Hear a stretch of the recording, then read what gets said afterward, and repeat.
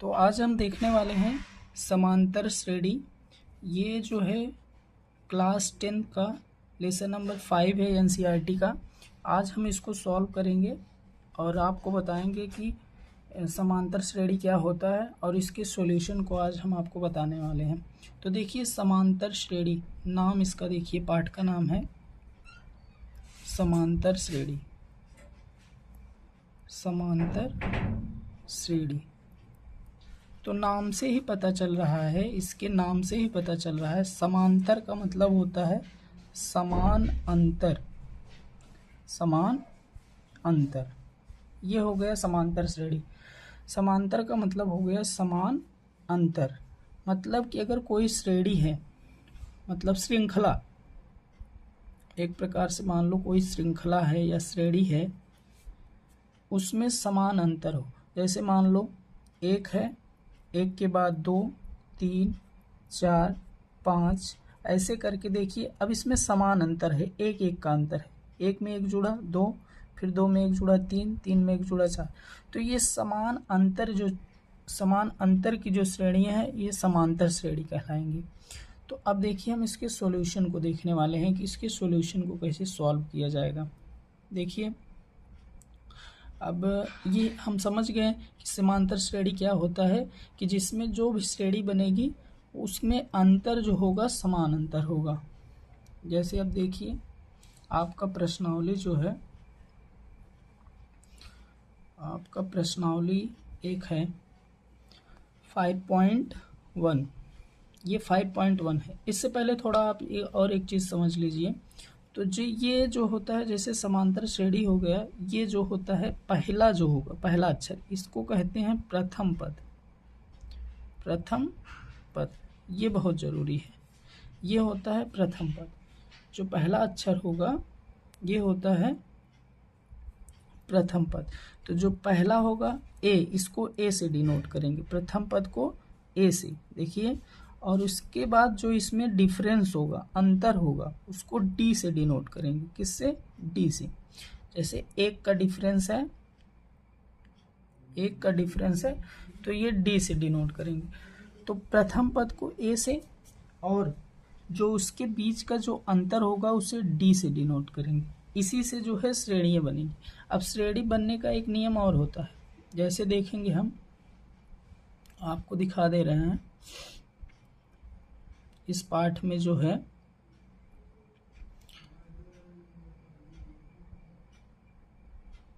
ये देखिए, ये व्यापक रूप है, श्रेणी का व्यापक रूप। देखिए आप जब पाठ को पढ़ेंगे तो श्रेणी का व्यापक रूप यही है। कोई श्रेणी बनती कैसे है? व्यापक रूप, व्यापक रूप, श्रेणी का व्यापक रूप। व्यापक रूप क्या है? यही है। इसी से, इसी सूत्र से आप कोई भी श्रेणी बनाना चाहें बन जाएगा और इसी से सवाल भी आपके आ जाएंगे इस चैप्टर के। देखिए पहला क्या है? ए है, फिर क्या है उसके बाद? ए प्लस डी है, फिर ए प्लस क्या है? 2d है, फिर ए प्लस क्या है? 3d है। ये जो है यही श्रेणी है।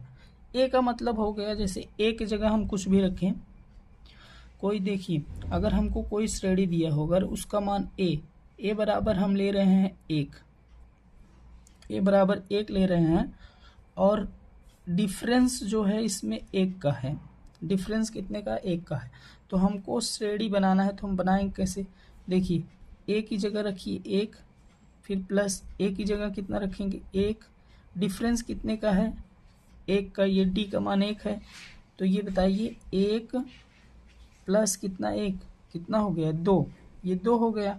अब देखिए यहाँ 1 रखिए और 2 की जगह 2 रखिए, फिर प्लस डी की जगह 1, तो 2 1 के 2 1 कितना हो गया? 3 हो गया। अब इसकी जगह देखिए ए प्लस 3d। अब देखिए ध्यान से, अब अगर हम ए की जगह 1 रखेंगे और डी की जगह 1 रखेंगे तो ये हो जाएगा 3 1 कितना? 4। तो देखिए श्रेणी बन गई नहीं? 1 2 3 4। तो इसी सूत्र से हमको श्रेणियाँ बनेंगी। कौन सा सूत्र है? A plus D, A plus 2d और ए प्लस 3D। इसी से जो है सारे श्रेणियाँ हमारी बन जाएंगी। अब देखिए आगे, अब देखिए हम देखने वाले हैं 5.1 जो है 5.1 देखेंगे। अब इसको कैसे सॉल्व करना है।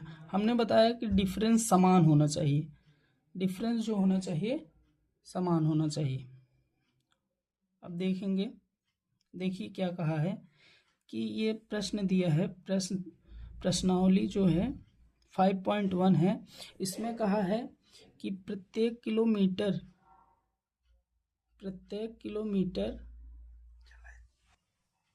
अब देखिए पहला सवाल है इसमें, प्रश्नावली 5.1 का पहला सवाल है कि निम्नलिखित स्थितियों में से किन स्थितियों में संबंध संख्याओं की सूची एपी है। एपी का मतलब होता है अरिथमेटिक प्रोग्रेशन।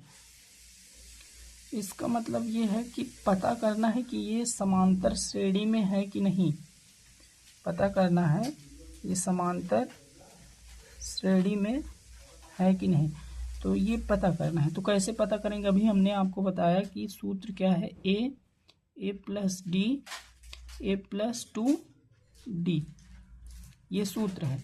तो देखिए पहला सवाल हम कैसे सॉल्व करेंगे।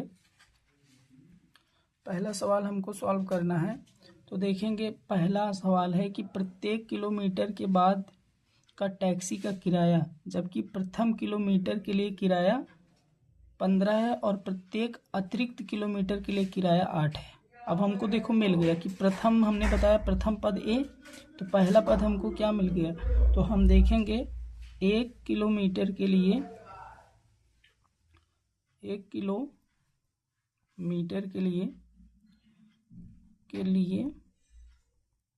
किराया,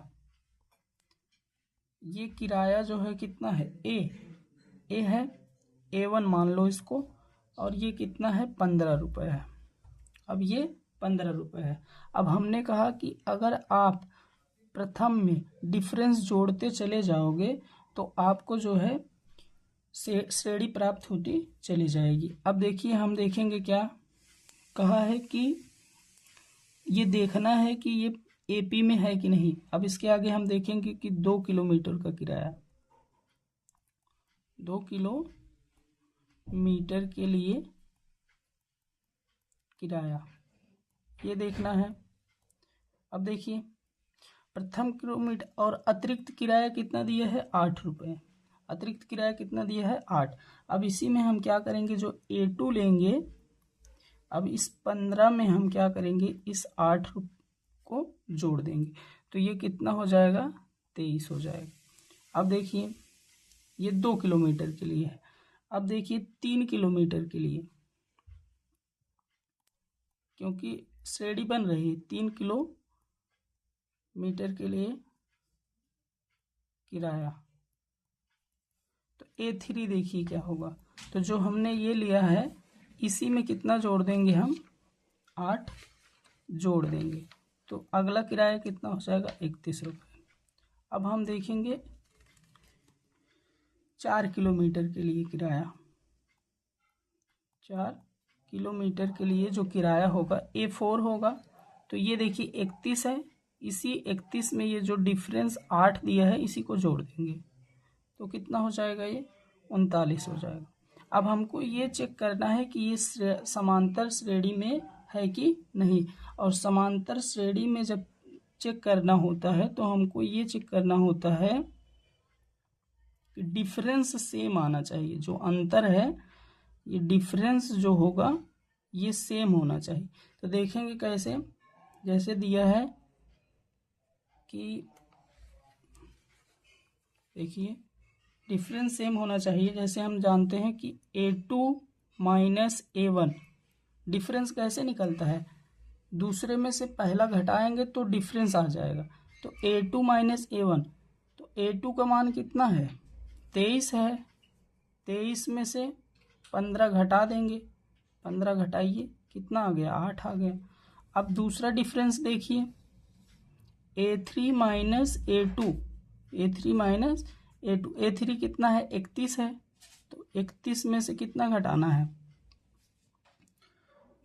तो 31 में से 23 घटा दीजिए तो कितना आ जाएगा 8 आ जाएगा। देखिए सेम आ रहा है सब। फिर अगला है A4 में से क्या घटा दीजिए A3 घटा दीजिए, तो A4 देखिए कितना है 39 है, तो 39 में से A3 कितना है 31 घटा दीजिए तो ये कितना आ जाएगा 8। तो देखिए यहाँ डिफरेंस जो है सेम आ गया। तो इसका मतलब ये है कि ये जो पहला है ये समांतर श्रेणी में है। तो लिखेंगे अतः यह AP में है, AP में है। तो पहला ये हो गया। अब देखिए दूसरा सवाल देखेंगे कि किसी बेलन में उपस्थित हवा की मात्रा, ये दूसरा सवाल है। किसी बेलन में उपस्थित हवा की मात्रा जबकि वायु निकालने वाला पंप प्रत्येक बार बेलन की शेष हवा का 1/4 भाग बाहर निकाल देता है। तो इसमें हमको हवा की मात्रा पता नहीं है, तो हम इसको कुछ मानेंगे। लिखा है तो मानेंगे, माना जो है बेलन में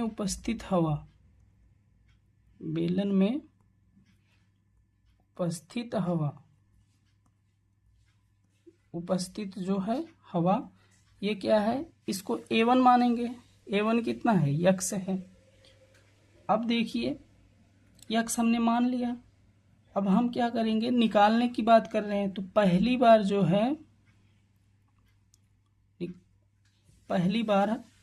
हवा निकालने के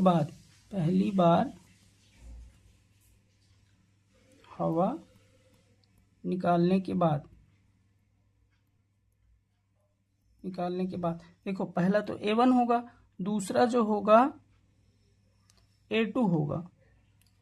क्या होगा A2, क्योंकि श्रेणी बन रही है A1 A2, तो हम क्या करेंगे देखेंगे A2। तो A2 क्या हो जाएगा यक्स माइनस, अब इसी का यक्स का 1/4 भाग, देखो यहाँ दिया है, इसका 1/4 भाग घटाना है, तो 1/4 यक्स हम घटा देंगे। तो इसको घटाएंगे 4 1 के 4 यक्स और 4 में से 1 घटा देंगे, ये हो जाएगा 3x/4। ये हो गया पहला। अब देखिए दूसरी बार हवा निकालना, ये पहली बार हो गया, अब दूसरी बार हवा निकालना है। दूसरी बार हवा निकालने के बाद कितना बचेगा, निकालने के बाद दूसरी बार हवा निकालने के बाद देखिए तो हम क्या करेंगे, ये जो है A3 हो जाएगा। तो A3 यही A3 क्या होता है A3 माइनस A2, ये नियम होता है। तो हम देखेंगे, इसको लिखेंगे 3x/4। अब देखिए इसका 1/4, क्योंकि ये देखिए प्रश्न में दिया है 1/4, तो अब इसका 1/4 हमको क्या करना है, इसको घटाना है। तो जब हम इसका 1/4 घटाएंगे तो ये कितना होगा, ये होगा 16, 3x/4, ये हो 3 का गुणा 1 में 3 1 के 3 और ये 4 चौक 16। और देखिए इनका जब एलसीएम लेंगे तो ये एलसीएम होगा 16 और ये हो जाएगा 3 कितना हो जाएगा 4 तिहाई 12x और ये 3x। तो देखेंगे 12 में से 3 घटा देंगे, कितना हो जाएगा 9x बटे कितना 16। ये तीसरी बार का हो गया। तो अब देखिए चौथी बार हवा निकाले, चौथी बार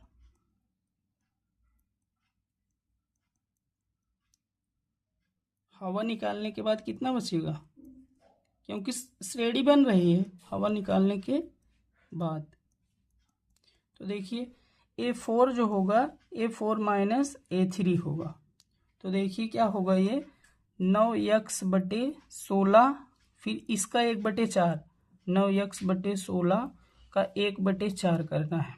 तो ध्यान से देखिए ये कितना होगा 9x/16, 16 चौका कितना हो जाएगा 64 और ये तो ये देखिए ये कितना हो जाएगा 9x।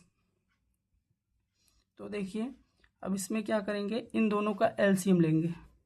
ये कितना होगा 64 होगा, क्योंकि 16 और 64 का 64 हो जाएगा।